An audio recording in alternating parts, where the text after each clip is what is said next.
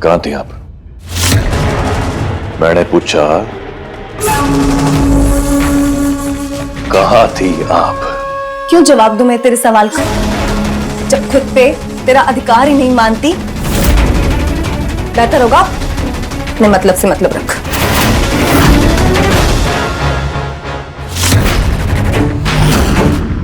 जवाब देना पड़ेगा। कहाँ थी तुम? बोलो। तूने तो कहा था कि सब नीचे मंदिर में जाने के लिए इंतजार कर रहे हैं, तो मैंने सोचा कि मैं बागीचे से फूल तोड़ के ले आती हूँ चढ़ाने के लिए, पर जब वापस आई लेकर तो कोई था ही नहीं, तो मैं अकेले खुद से मंदिर चली गई, फिर घंटों इंतजार करने की। झूठ, एकदम झूठ बोल रही हो तुम, क्योंकि मैं तुम्हारे कमरे में आया था और यहाँ ना तुम थी ना तुम्हारा वो सूटकेस जिसमें तुम अपना सामान बांध रही थी। सच क्या है कणक? वो तो मैंने जल्दी जल्दी में यही कोने में रख दिया था, तुझे दिखाई ना होगा। सोच समझ के झूठ बोलना कणक, क्योंकि मैंने ये कमरा अच्छे से छाना था और अड्डे कोई सूटकेस ना था। ये सब मेरा घर है, ये मेरे बापू सा का घर।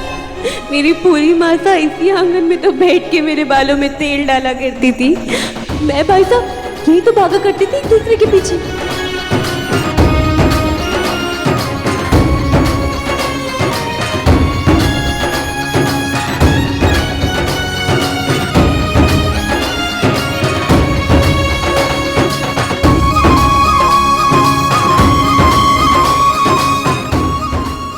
पक्की बात, पक्की बात।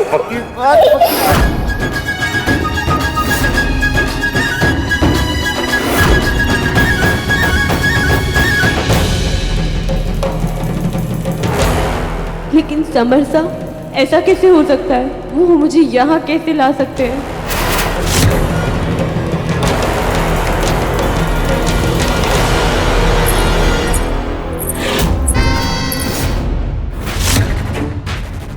क्या क्या कह रही हो तुम रसाली? ये घर तुम लोगों का कैसे हो सकता है? ये मेरी ताई जी की हवेली है। मेरे माँ बाप के गुजरने के बाद मेरी ताई जी ने मुझे इसी हवेली में पाल पोस के बड़ा किया है।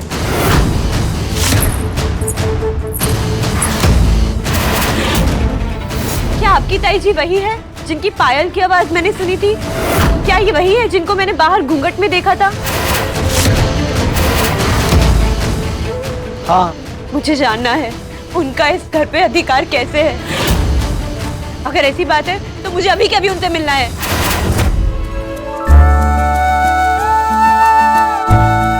बोल। इतना सब कुछ मेरे लिए?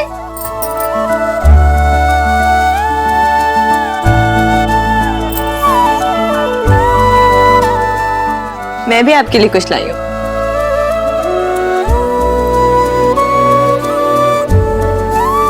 मैंने अपने हाथों से बनाया है, जरा पहन के दिखाइए।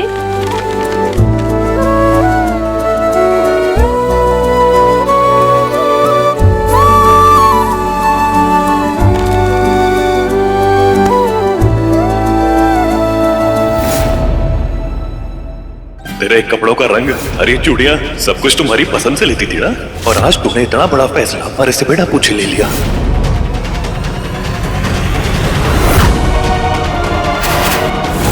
आज तुझे समर और अपने भाई के बीच में किसी एक को चुनना होगा।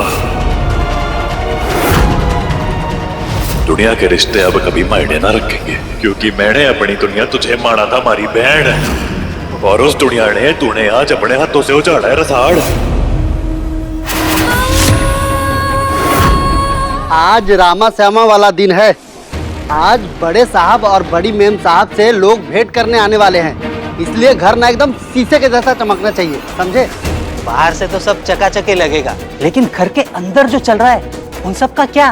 पहले छोटी मालकिन भागी थी और अब देखो घर आए मेहमान को फंसाकर रसाल भाग गए। बड़े मालिक ने इनके लिए क्या कुछ नहीं किया, पढ़ाया लिखाया, लेकिन देखो दोनों भाई बहनों ने मिलकर क्या किया? शिवा भैया ने तो उनकी बेटी को ही सेवा के नाम पे अपनी दुल्हन बना लिया, और रसाल को देखो, घर आए अमीर मेहमान को लेकर उड़ गई। ऐसा कोई करता है क्या?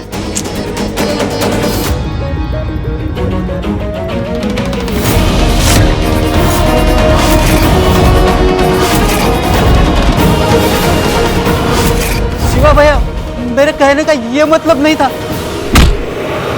ये बोल रहा है हमारी भेड़ के बारे में? बोल अब बोल के दिखा अपनी बकवास तू। बचाइए। क्या कर रहा है? मर जाएगा वो। संभाल अपने आप को। मुझे माफ कर दो बड़े साहब, हमारे से फोन आ रहा है। एक इंसान की सहने की ना एक सीमा वो है, और मन ला गया है कि हमारी सहन शक्ति हम जवाब देने लगी है। गुस्से से हमारे दिमाग की ना तसे फट जानी है। अपने तमाशा तो तुम सब लोगों ने लगा रखा है। आज भाई दूज है और एक बहन अपने भाई से मिलने आई है। उसे रोकने का, उसकी पूजा में अड़चन डालने का हक कहां से मिल गया तुम सबको? और एक बात, रसाल ने के किया के नहीं, ये सवाल पूछने का अधिकार अगर किसी ने है तो वो शिवराज ने। आज अगर यो छोरी अपने भाई से मिलने आई है तो ये उससे जरूर मिलेगी। मैं देखूं कौन रोके है इसने।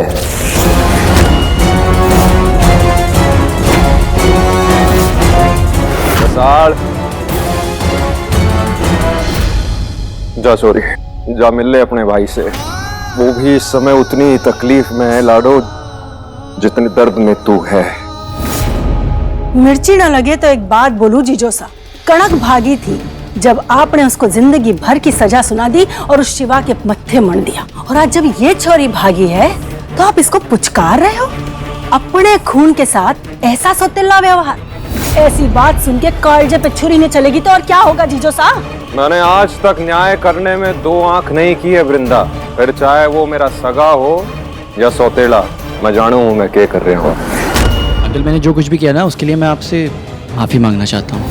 मैं कभी नहीं चाहता था कि रसाल को अपने साथ भगा ले जाऊं। माफी मांगना चाहता है तुम्हारे से? अरे शिवा जैसे भाई को उसकी बहन से अलग करने के लिए तो ईश्वर थाने माफ ना करे, और तुम्हारे से माफी की उम्मीद रखता है? अच्छे घर के छोरे किसी और के घर की इज्जत और रिश्तों से कभी नहीं खेलते। और थारी यह हरकत बता रही है कि ना तो तू किसी अच्छे घर का है और ना किसी अच्छे खानदान का।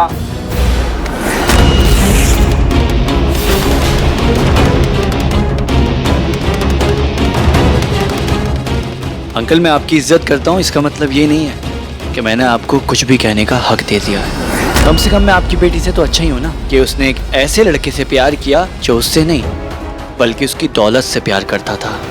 और मैंने रसाल से शादी की है, उसे अपनी पत्नी का दर्जा दिया है। तो कोई एहसान किया है तूने ये करके? समर, कितनी बार समझाया तुझे कि उसके साथ प्यार से काम करो। लड़की रेत है, जितना कस के पकड़ोगी उतना हाथ से फिसलती रहेगी। किस बात की अकड़ झेलूं इस लड़की की? ये मुझे एटीट्यूड दिखाए और मैं इससे प्यार से बात करूं? हाँ, क्योंकि मैंने कहा है, करना पड़ेगा। मैंने तुझे उसे सताने से या दर्द पहुंचाने से नहीं रोका है। उसे दुख दे, दर्द दे, लेकिन प्यार से, काबू में करके। बात आई समझ में? शिवा, कब तक ऐसे ही बैठा रहेगा? चल अंदर चल, आजा बेटा।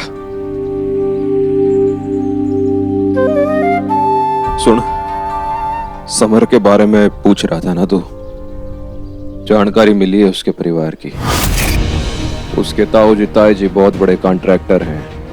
पुश्तैनी जमीन और खेत है उनके, साथ ही व्यापार भी काफी फैला रखा है। शिवा होने को कोई टाल ना सके। रसाल के भाग्य में जो लिखा था सो तो हो गया। पण समर बुरा छोरा ना है, अच्छे खानदान का है, पढ़ा लिखा है, और सबसे अहम बात यो है कि अपनी रसाल ने प्रेम करे हैं। हमेशा खुश रखेगा उसको। तो मैं तो यही कहूँगा कि एक बार और अच्छे से सोच ले इन दोनों के बारे में, और हो सके तो अपना ले इस रिश्ते को।